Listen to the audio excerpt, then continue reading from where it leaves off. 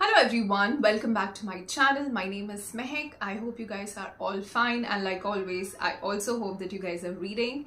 Back with the book of the week, and because it's Christmas month I try and pick up some festive and holiday read to kind of set into the festive holiday mood.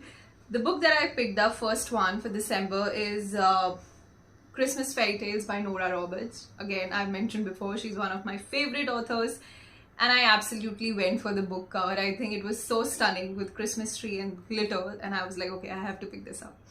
Okay, talking about the plot of the story now, Daniel MacGregor is he's a 90-year-old man. He's rich, he's powerful, he has connections, and he's also very charismatic.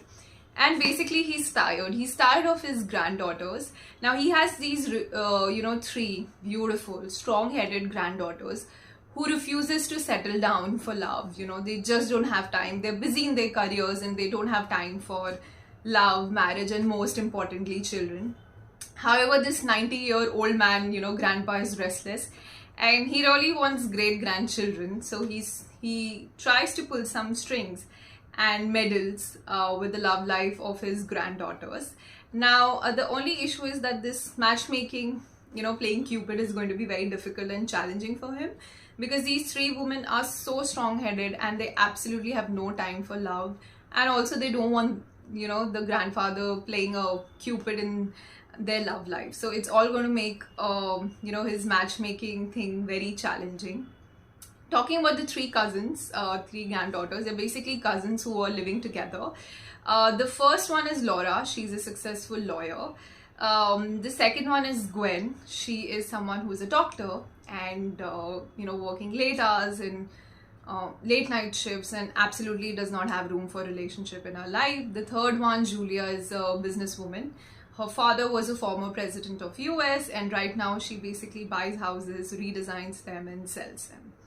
And so basically, I was just thinking, reading about these three girls, they have perfect life, perfect job, and perfect hair.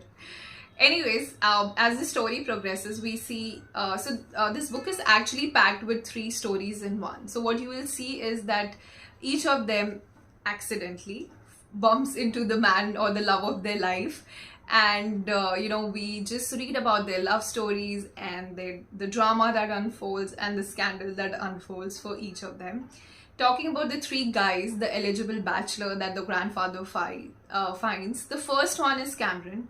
Cameron is someone who's really level-headed and has a strong sense of self, so perfect for Laura. And the second one is Branson, who is a writer of detective novels, and he is on a mission to convince Gwen that of course she can make room for relationship, and they just are perfect for each other. And the last one is Callum, who is basically a contractor, a builder, and he has this very artistic vision and he builds things. So it's perfect for Julia, who basically takes up these places, redesigns, and sells them. So in all, I was just wondering that, yeah, the grandfather started with this wrong intention of meddling, but he ends up finding just the perfect eligible bachelors for the three girls. Now this is what is the plot of the story and how it unfolds.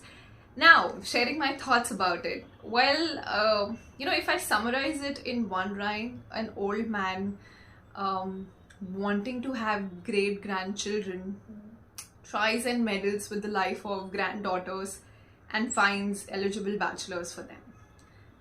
Now it sounds creepy, right? Maybe, maybe not. I mean, yeah, it's happily ever after stories, but if you just think that, the grandfather was so interfering, that was what I felt. But anyways, I think what I did like about the movie is a sense of family, which is so strongly mentioned in the book, that all the three cousins, they're so close to each other, all the families, and if you're looking for I would say Christmas flavor, Christmas delight, you won't be disappointed, because the MacGregors, they have this annual Christmas family thing, which is a big deal. So you will have glimpses of it, and the Christmas shopping that the cousins do before that, so there's enough of Christmas flavor in it. I think though I have to mention, and I'm afraid I'm just saying this because I never thought this is the first Nora Roberts novel that while I was reading, I felt like that. First thing first, so there are 3 stories in this book, and the plot is the same, that grandfather finds an eligible bachelor, and, these 2 couple coming together and then finding their way through. So by the time I, reached to the 3rd story, the plot kind of became predictable. I knew what was happening. 2 individuals who do not like each other, they end up realizing that each of them, they're just soulmate or love each other a lot. So the plot really got predictable for me. And I hate to admit that, because I've read so many Nora Roberts novels, I feel like they're just becoming too predictable for me, and a little bit of misogynist as well. That is what I felt. Or maybe it was just this novel. I absolutely love the author. And yeah, so I was a little disappointed with that fact, that how, the plots felt very predictable, and I knew what's going to happen. And also with the male characters, it was so like male chauvinist and misogynist, and yeah. So, but all in all, I also feel that it's a very easy read. If you're looking for an easy breezy read for a holiday season, then I think this is the one. I because there are 3 stories, I think the author has also not got a lot of chance to develop each of the characters, so I think that was also one of the issues. So yeah, that is what I have to say on this book. If you have read it, please let me know in the comments, and if you haven't, I hope my review gave you some suggestion if this book is for you or not. But definitely I will say that if you're someone who likes more realistic love stories, please skip this one. This is not for you. Yeah, I'm gonna see you next week with another title. Till then, take care, bye bye, and don't forget to keep reading.